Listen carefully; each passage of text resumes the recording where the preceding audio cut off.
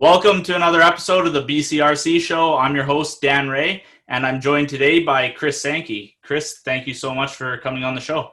Thank you for having me. Before we get started, I just want to give a huge shout out to all our forestry workers out there working on the front lines. We appreciate all you're doing right now to keep our homes, our businesses, and our families safe. So thank you so much for coming on the show today, Chris. How about we start off with a bit of an introduction about you for our listeners? You mind telling us a bit about your past work experience in industry and with First Nations? Sure, yeah, absolutely. Well, my name is Chris Sankey. I'm from Loch Lands. It's a part of the Coast Sibshean territory with Metlakatla. It's the Prince Rupert area and north to Alaska and south close to the bordering of Kitkatla and out halfway through to Hattagwai. I was previously elected for my community of Loch Lands. I was there for about 6.5 years. Decided to leave early and got back into the private sector. I was the chair on the governing body for our economic development arm and was part of a team that helped move Pacific Northwest LNG forward as part of the negotiating team, as well as one of two negotiators that negotiated the first ever environmental marine agreement, which I was very proud of. It was the first of its kind in Canada. It was between the Coast Sibshean, the province, and Canada. Now I'm back in the private sector. I own a company called Blackfish Enterprises. We do Indigenous relations, stakeholder engagement, and government affairs. And I'm the chairman of Blackfish Industries, which is a heavy civil construction company.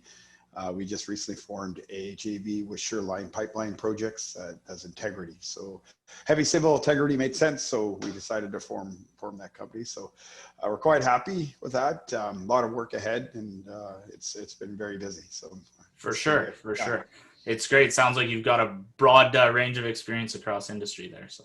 Yeah, actually, I'm also a director of the C2C Unity Corridor Foundation. So okay. It's an opportunity to create a landing strip for industry to work together with First Nations to create certainty for industry to look at projects across the country, not just specific projects, but for everything energy. Could be oil, gas, hydrogen, fish, forestry, goods and services along Highway 62 and going out to Prince George and across to Newfoundland, to Churchill, to Prince Rupert. So, wow, impressive. So, I hear so much about people in industry and British Columbians in general saying that First Nations are opposed to industry. Is that your take, or do you think that's a fair statement? No, Indigenous people are not opposed to industry. For a long time, Indigenous people didn't feel like they were part of the process. And granted, they wanted to be at the table right from the beginning. And I always say, not in the middle, not in the end. Let's sit down, break bread. Let's talk about how we could best work together. And a lot of what I found in my discussions is just sitting down and listening what our communities have to say. And a lot of the times you find that they're in favor of responsible resource development, but they want to do it on their terms and they want to be able to feel comfortable coming to the table. And a lot of them look to try to develop that foundation within their governing body and their ECDEV before they come to the table. So meaning, do they have a strong finance department? Do they have a strong administration department? Do they have a strong economic development arm? Do they have strong negotiators? So those are all the things that are really important to us. Further to that, a big thing for us is our arts, language, and culture. And as Indigenous people, that's how we identify ourselves in terms of when we look at the totem pole and our hereditary system. So a lot of the communities wanted to make sure that was intact before we started to engage with big business. But like I always say, that being said, we're for responsible resource development, plain and simple. So what kind of projects have you seen come to your area? I know in the West Coast there, we've seen lots of shipping terminals, LNG, obviously a big one. Pipelines and a lot of mining in that region, as well as forestry. Is there any exciting projects that you've been a part of? Well, mining's not real so much. There's not a lot of it, obviously, or not all, any of it on the coast. But AltaGas has come this way. You got the port expansion. We're looking at Volpac now is looking to come on in. They're looking to be the second largest employer here in Prince Rupert. But you also got to remember we have these other long-term businesses that are here, like Ridley Coal is here. The grain terminal is here. There's just a number of other smaller projects. Or I mean, we're not as big as LNG Canada, but when you put all of those entities together, we employ just as much, if not more people to the region. And you see a lot of those benefits coming back to the local First Nations communities, like your own Loch Quam. Yeah, look, that the agreement with the port has been there for some time now. I believe that was negotiated about 10 to 15 years ago. So it's there. The communities are looking to make sure that they're a part of the expansion. I wish those guys all the very best. It's my hometown. You always want your communities to do well. And I always say to people that even though I'm back in the private sector, my heart is always there to help our people. And then in return, it helps the local economy, helps the region, helps the province, and helps the country.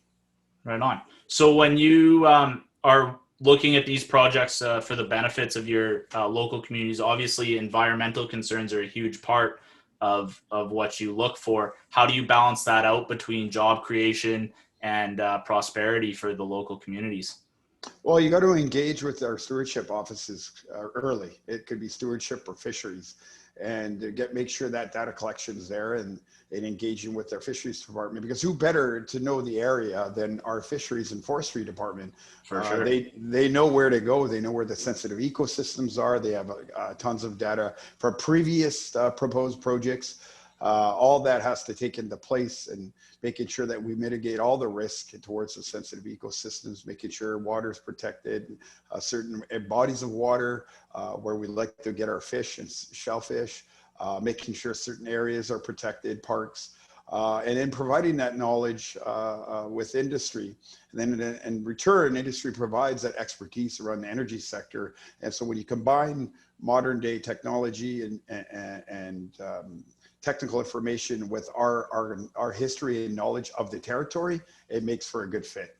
Right. And a lot of that happens throughout the EAO process. Do you find that that's a good process in BC that properly engages all the stakeholders involved and gets a good balance between all those different things? Well, yeah, look, it's really shifted. Like now, Indigenous communities could put together their own environmental engagement process. The stakeholders are industry. Where Indigenous people are rights holders, right? So we have rights entitled to the territory, where the stakeholders are the industry players. And we always correct individuals when they mistake us as stakeholders, because we're not stakeholders. We're rights holders and title holders.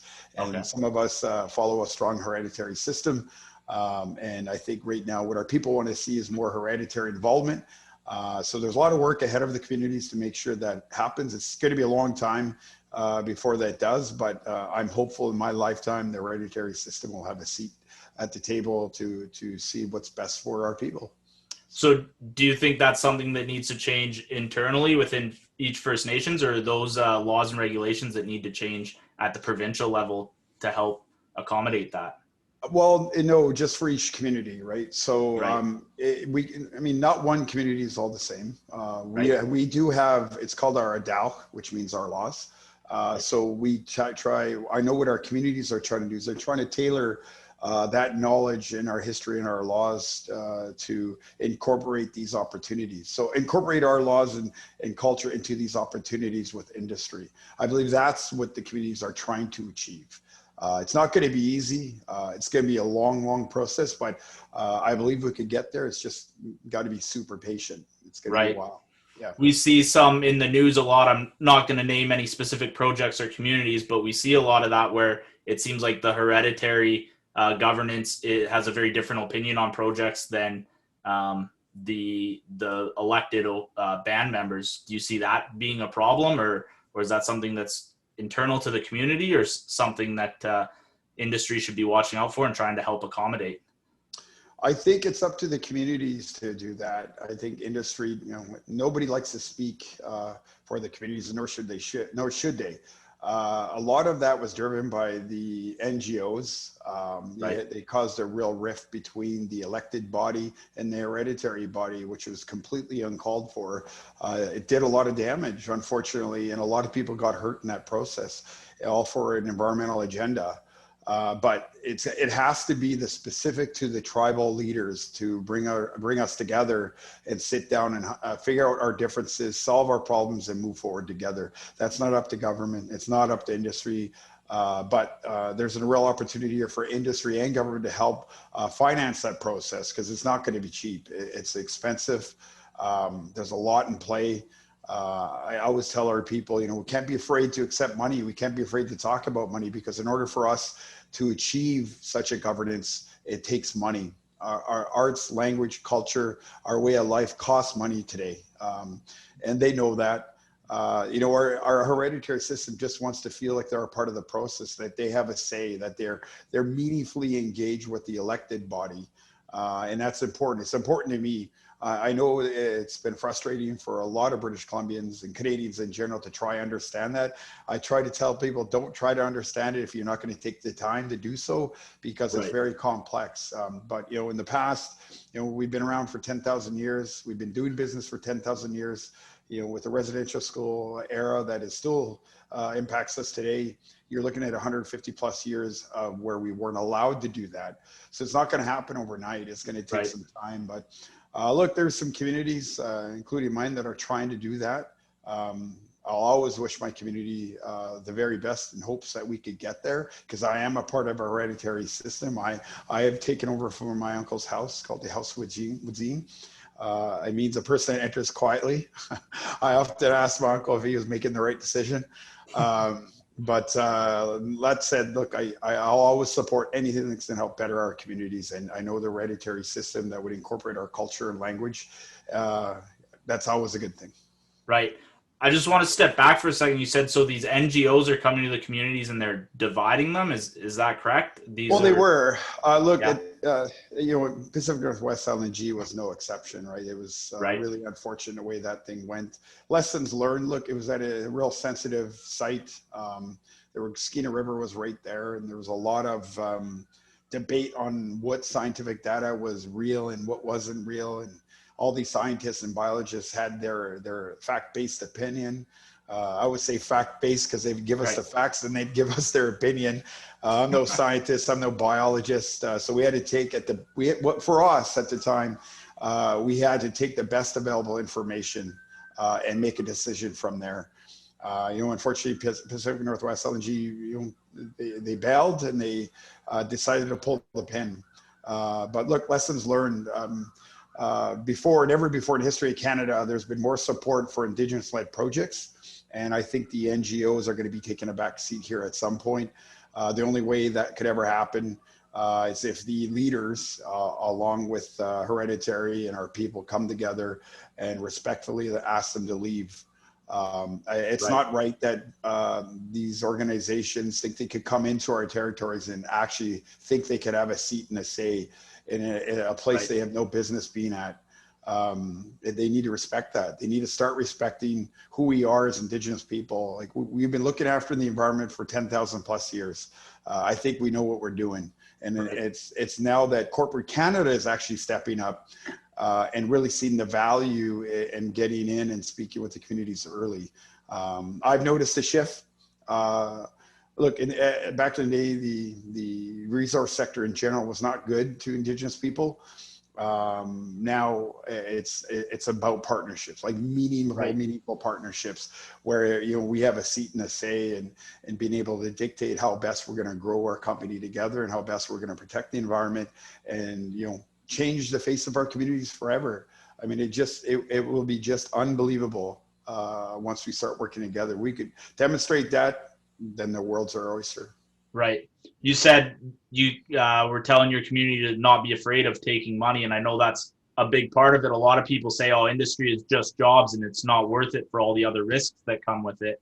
Have you seen in your communities those projects, these partnerships that you've developed help boost living standards and improve quality of life for your community members? Oh, 100%. It's not just about jobs. Like our communities own heavy civil construction companies in partnership with regional companies that are in the area in the north. You know, it's a good thing. You know, they reach revenue sharing agreements. They do partnerships. So when people say they're just going to provide you these low paying jobs, that's completely not true. Right. In fact, the subcontracting, the scholarship opportunities, the giving back of industry, that, you know, they built parks in our communities, playgrounds for our kids, giving commuters to our graduates that had graduated this past year. It's a good thing, you know, and I know the community's partner is IDL out of Prince George. Yeah. And they've stepped up and they did a lot of really good things for our communities. And that's not easy to do, especially when COVID happened. I mean, everybody had to hunker down, but no, it's not just about jobs. The people that make these comments, you always hear these from these NGOs that somehow the tax man subsidizing these big projects. That is simply not true. Right. When it comes to operating them. When you're building them, someone's got to pay for the upfront costs to do the engagement with Indigenous communities. You Right. can't expect Indigenous people to pay for this. If industry wants to come in, industry knows they got to buck up, and that's how it works, right? You Right. can't. Our communities don't have that type of money, so we got money's And got to by come. buck up, you mean for the process to go through the environmental process and the feasibility studies and make sure that Absolutely, yeah, everything works absolutely. and that you guys are at the table with a full understanding of the project at hand. Yeah, absolutely. Look, you know, when Petronas came, they paid an entry fee that went towards the negotiations and investigative studies to get the data collection on this ocean and on the land, and taking air samples and all those things that come with the process of looking at a potential project. And then on top of that, so all those early contracts are coming in, whether it's the ferry, the boat, the fisheries, using their equipment and hiring people and paying them a livable wage. It actually was above that. So there's a lot of good stuff that the general public is fully and unaware of just how much money is poured into these processes. But for them to think they're going to get a seat at the table by trying to latch on to specific Indigenous communities, both here on the coast and across British Columbia and the country, that's got to stop. Because they have an agenda, and I got no problem saying that. They've had it for some time now, and Yep. it's done a lot of damage to our communities, a significant amount of damage. I'm For all sure. for protecting the environment and growing the economy. I know our communities are. We don't need some outside groups telling us how to do that. You know, we got a lot of capable people within our communities to get the job done. Industry has stepped up and paid a fair market wage to make sure that happens. They've stepped up and put money towards that process. And in return, it's helped build infrastructure within our communities. And I know the province has stepped up in that area as well, the feds. There's just a lot of things that people are not aware of, what it takes to actually move a project, For let sure. alone talk about one. So it's a It's lot a of work. big undertaking. If so, you mentioned there how they come in at the beginning of the project and they pay that, you called it an entry fee, and they do all this work. So I see it all the time. A project is announced, and immediately these NGOs and other people, NIMBYs I call them, not in my backyard, jump on board and start protesting a project without fully understanding it, and they're asking for answers to questions that can't be answered yet because the research hasn't been done. So you're saying there's a huge spend in a process there where these projects come in, these businesses, and they work with the local First Nations and they answer those questions. Is that correct?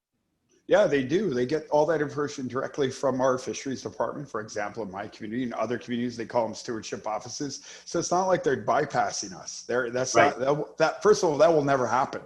And if they ignored us in that front, then there'll be no project. Simply, it'd Right. be over. So they can't be just out there spouting it off. Look, I really believe they knew what they were doing. NGOs knew what they were doing full well, is just to stifle this opportunity. There Right. was nothing about the environment. There was so many of them that made many mistakes. They made some brutal comments that got out and got back to us. And at the end of the day, they just wanted their pound of flesh, and everyone knows it now. And I won't shy away from that. And if any one of them start coming back this way, there's a ton of us now that have a ton of information of so many of the comments that were thrown around that they weren't against the project. They just wanted their money and to have an opportunity on the project. So I don't buy any of that nonsense anymore. If I'm going to speak with anybody, I'm going to speak directly to our leaders and sit down and break bread with them and have a discussion of what these real concerns are. But it's going to be the leaders, the governing body and the elected body and the hereditary body that's going to come together.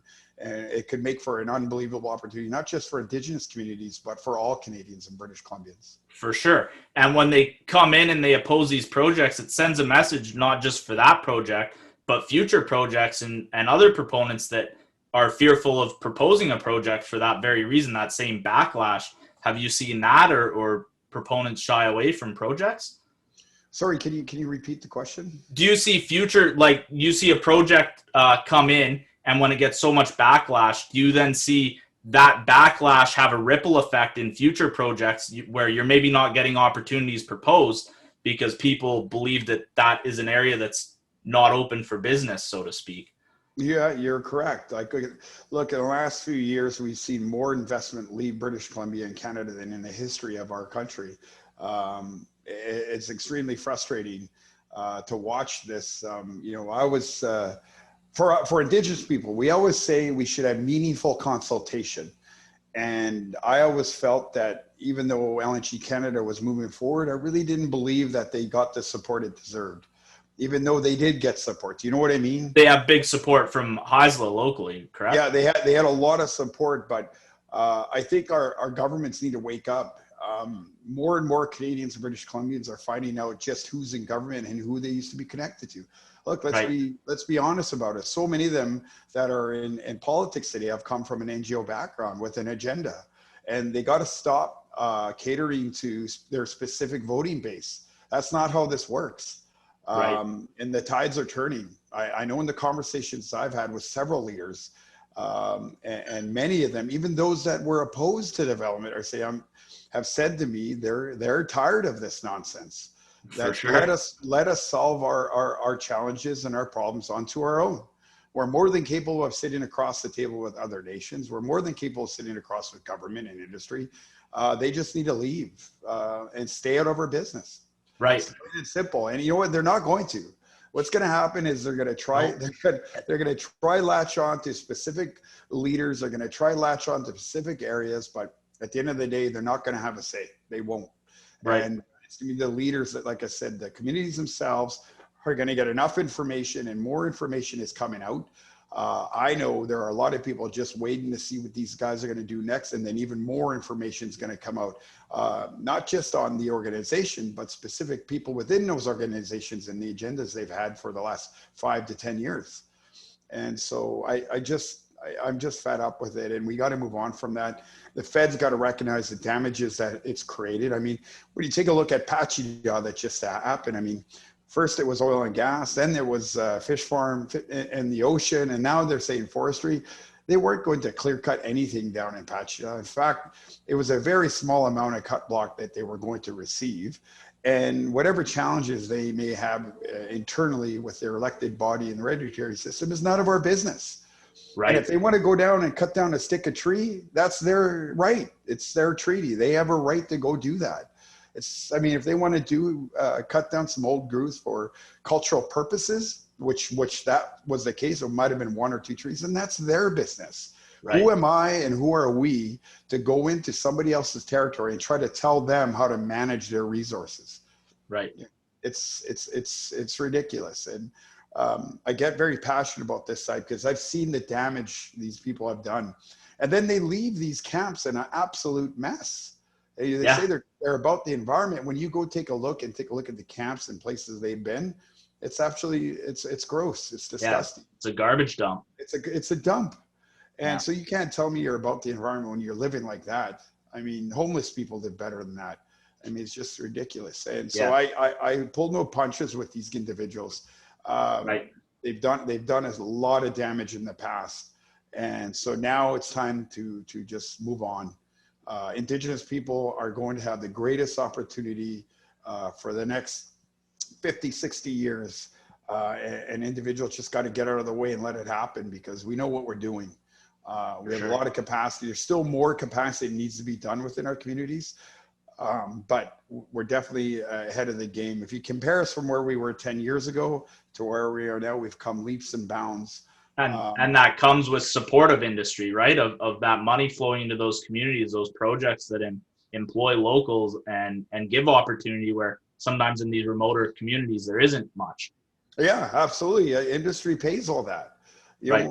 And then, in the previous years, we've had government pay for housing as an incentive to help us out, because we are short of housing. Our members want to live close to home. They want to come back home, and that costs money.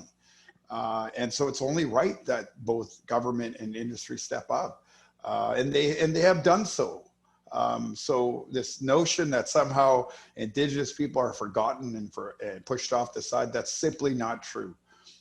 Granted, sometimes negotiations aren't easy. Our communities don't always get what we want, but if you're getting a good portion of what you want in these negotiations, then that's a good negotiation, which is called free, prior, and informed consent. Right. So it's gonna be interesting times ahead, but I really believe now's the time to partner with Indigenous communities. This is the time to really take control of our resource sector and move forward, and where our communities can start prospering and start moving together and be a part of Canada and not apart from Canada. Because I always say, together we're stronger. For sure. And that leads right into your C2C corridor, right? Do you want to describe that a bit more? That's basically a strip of land you're trying to get blocked off for industry from coast to coast. Yeah, it's a unity corridor, right? It's not tied to any specific corridor, any specific project. What we're saying is we're trying to create a platform, a foundation on how best industry can engage with Indigenous communities, with Indigenous support, and Indigenous communities leading those discussions. And it's about partnerships. It's about building those long-term relationships. As I said in so many segments, that we look 7 generations ahead. So it's super important to us that we do this right, because it's our kids that are going to inherit a lot of the stuff we do today. And we want to make sure, if we're going to disturb the environment, if we're going to make that impact in the environment, that they have a future of an environment surrounded by the growth of industry, and doing it properly. That's why I would say it's about responsible resource development. Right, for sure. And so this corridor brings together all those First Nations communities across Canada and starts reattracting some of that investment we've lost in recent years. Yeah, absolutely. Look, we want to be able to create certainty, but we have to do it right. And the only way this country is going to be able to do that is by having Indigenous inclusion, and building those relationships from C to C to C. And making sure that we are at the table, and making sure that the right information from the respective territories of our communities across the country is properly relayed by the very people that live there. Like, who better to work with than the people that have lived there forever and a day? I mean, we've been around for 10,000 years, right? So the C2C Foundation is to help develop that opportunity to go into, to build that relationship, collect the data information, share information, so that we have something viable that's there, where we're not guessing and we're not going in late, and that we're engaging early through every step, from the beginning, from the middle to the end, and then for how many generations to come. Right. Where our people will manage these opportunities down the road. We recognize, even though there are communities that have capacity, but we still have challenges. And there are other communities that desperately need capacity in our country in order to be competitive in their backyard. They need a lot of help in the band administration, they need a lot of help in finance or health, education. There's just so many of our communities that are secluded. If you take a look at British Columbia alone, we have 250 communities alone, and several of them with different dialects. So it's not an easy feat to take on, but it's a necessary one. We have a lot of land that is undeveloped in our Indigenous communities and territories. I said on the last interview I was on with the Danielle Smith show podcast, with the Alberta Enterprise show, that in Canada alone, Canada is losing the land mass to develop more condos and houses. Well, the next available lands are Indigenous territories, right, that will be looking for development, real estate development. I was just talking to a very good friend of mine back home today. I ran into him, and so many more of our members are moving home because it's getting too expensive in the city. No, And so absolutely. they're going back home. So more and more people are going to look to develop more real estate because we not only have they're called reserve lands, but we also have fee simple lands, which is the highest value of lands that you could attain in real estate development. So Right. yeah, Right. but Yeah, the it's fee, it's yeah. all great news. They're coming back too, not just because it's cost of living's high in the big cities, but because the job opportunities are now there at home too, right? Yeah, absolutely. Look, it's about trying to attract our members home. You know, it's really tough to attract our members that have the education and the experience back home because they've established themselves elsewhere in the cities or in other towns. So to them, you know, why would they come back if their family's already established and they're engaged in the other communities? And I'm happy for them when they do that. But it would be nice to see our members that have the experience and education to come back and help build our communities. Because we can't be afraid to look at our own members now. We got to be able to build that capacity. Because what's happening is industry sees the talent now that's coming up in Indigenous country. And Right. so the communities are now having to fight for really good employees within our nations because industry sees a good Indigenous employee. They not just because they're Indigenous, because they got the expertise. So Right. now there's this competitiveness that's going on, and unfortunately, First Nation communities are losing really good candidates within their communities to industry because they're offering a bigger wage, more compensation, and that's really tough on our communities. But at the end of the day, too, our people have to pick a quality of life, and I know a lot of them just want to live right here at home. They want to be able to see their families every day. You know, we're a community, we're a communal people. Right. And we love being around our families and stuff. So that's the attraction for us, right? If we could, you know, build a house, have a very good wage, put a roof over our kids' heads, food in their tummy, and be able to provide for them. That's what Indigenous people are looking for. And then to have equity on top of these big projects, that's just a bonus for Indigenous people because For to sure. them, they're not thinking about $500 million or 1 billion, 1 billion, 2, 3, or $40 billion. What they're thinking about is how can you help my family today? Right. Well, that's really everyone in industry. Everyone has this idea that there's one guy at the top that just wants all this greed, and it's about all the people through the whole process and the Yeah. benefits they get and all the work in the community. It's that's why I love industry so much, and I can tell you're so passionate about it too. I am. Look, I have a lot of really good friends in the energy sector, in the research sector in general, and I got good friends in government. I may have difference of opinion with so many of them, especially in government, but at the end of the day, we could sit down and have a beer. And the way things have gone over these last, 8 years it's crazy. It was so polarizing and damaging, and it was unnecessary. Some Right. people may say it was necessary. Maybe it was. I don't know, but what I do know is, look, the environmental movement, everybody heard them loud and clear. And now corporate Canada is stepping up to the plate. They're now seeing this and they understand the transition in the energy sector is happening. But people misunderstand transition. They misunderstand that somehow oil and gas are going to disappear or be obsolete. It will not in my lifetime. Right. But what it does mean, the transition, is cleaner fuels, safe and clean ways to move our product, our fuels to market is what they're trying to do. And when they do offsets, they're looking at wind farms or solar or whatever that may look like, a proper power grid to accommodate that. Those are all called offsets, and it's still the oil and gas sector. Right. If people want to call it the sustainable development sector, so be it. It doesn't matter to me. I know it's still the oil and gas sector. It's energy, right? It's energy. I know where it's Yeah. happening. People don't understand that to make electricity, it comes from diesel or gas. I mean, that's just the way it works, right? And people need to understand that. And we don't have to sit down and scream at each other to get our points across here. And the reason why I take such a hard stance on these NGOs, because they went so far left in providing these misinformation that really misled our people and British Columbians and Canadians in general. So I'm going to do exactly what they did. Right. And I'll be vocal any chance I get with these individuals. These organizations need to just stop, man. They did what they said they were going to do. Time to move on. Right. Corporate Canada got your message. Indigenous people are tired of it. We got to move on, man. We can't continue like this. It's hurting everybody. And more importantly, it's hurting families and it's hurting communities. It's not worth it. Losing friendships over something that's completely misunderstood is not worth it. For sure. And we can't be fighting anymore. We can't be doing any of that. We just got to move on, man. And if these NGOs want their pound of flesh, well, go ask the government for money.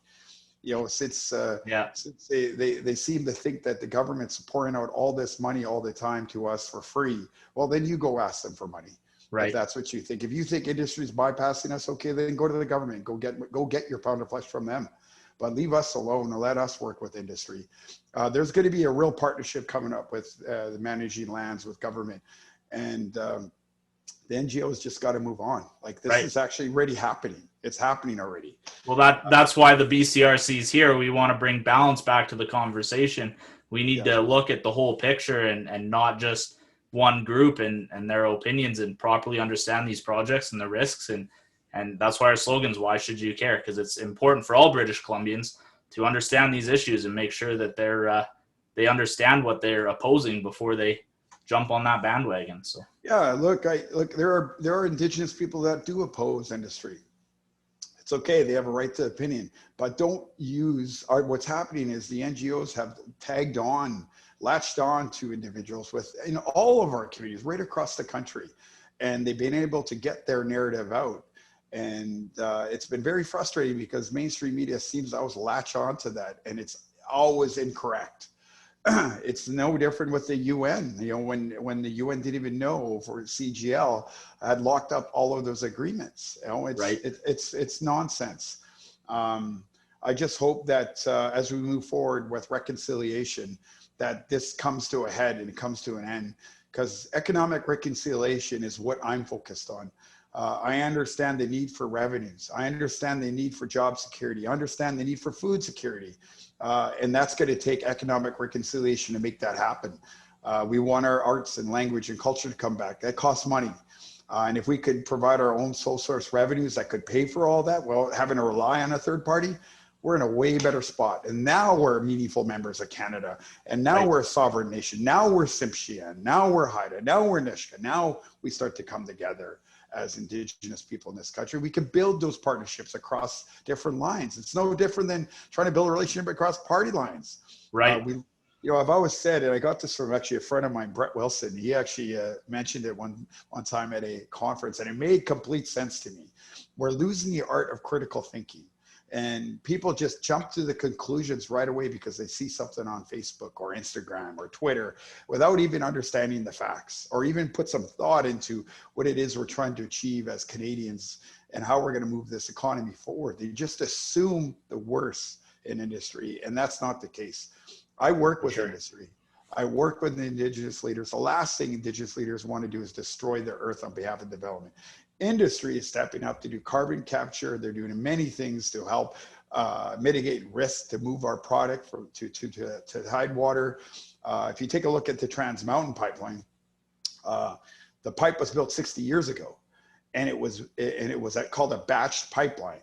So they would move crude down, and then they could move gasoline down when supply is needed.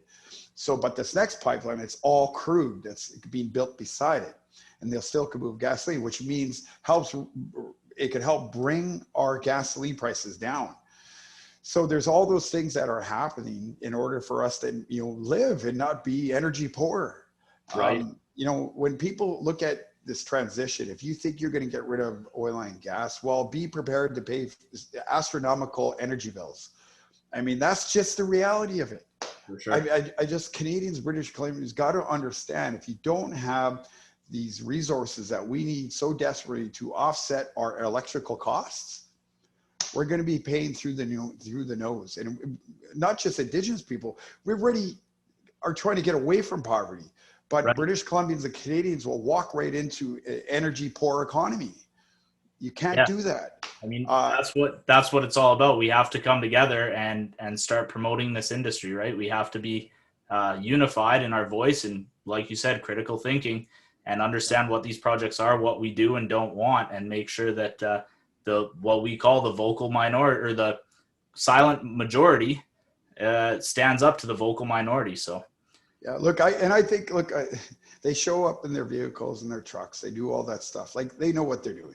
They know full well. And this had nothing to do with the environment. There's a completely different agenda that was happening. Now, whether it was to hold industry off until Indigenous people got their house in order, maybe so, but it did a lot of damage in the process, unnecessary damage. Because I know for my community and others that we have worked with, we are already heading down that road to make sure our community was going to be properly compensated and that our people have a foundation. But like I said, we could sit here all day about the issue. I just hope they start to get the message, because sooner or later, if they're not listening, it's the Indigenous leaders that are going to tell them to leave. And that's where this whole thing is headed. And like I said, our governments need to start realizing that they can't be just accommodating this environmental movement for the sake of holding on to votes. If that's your sole purpose for being in government, then you shouldn't be there.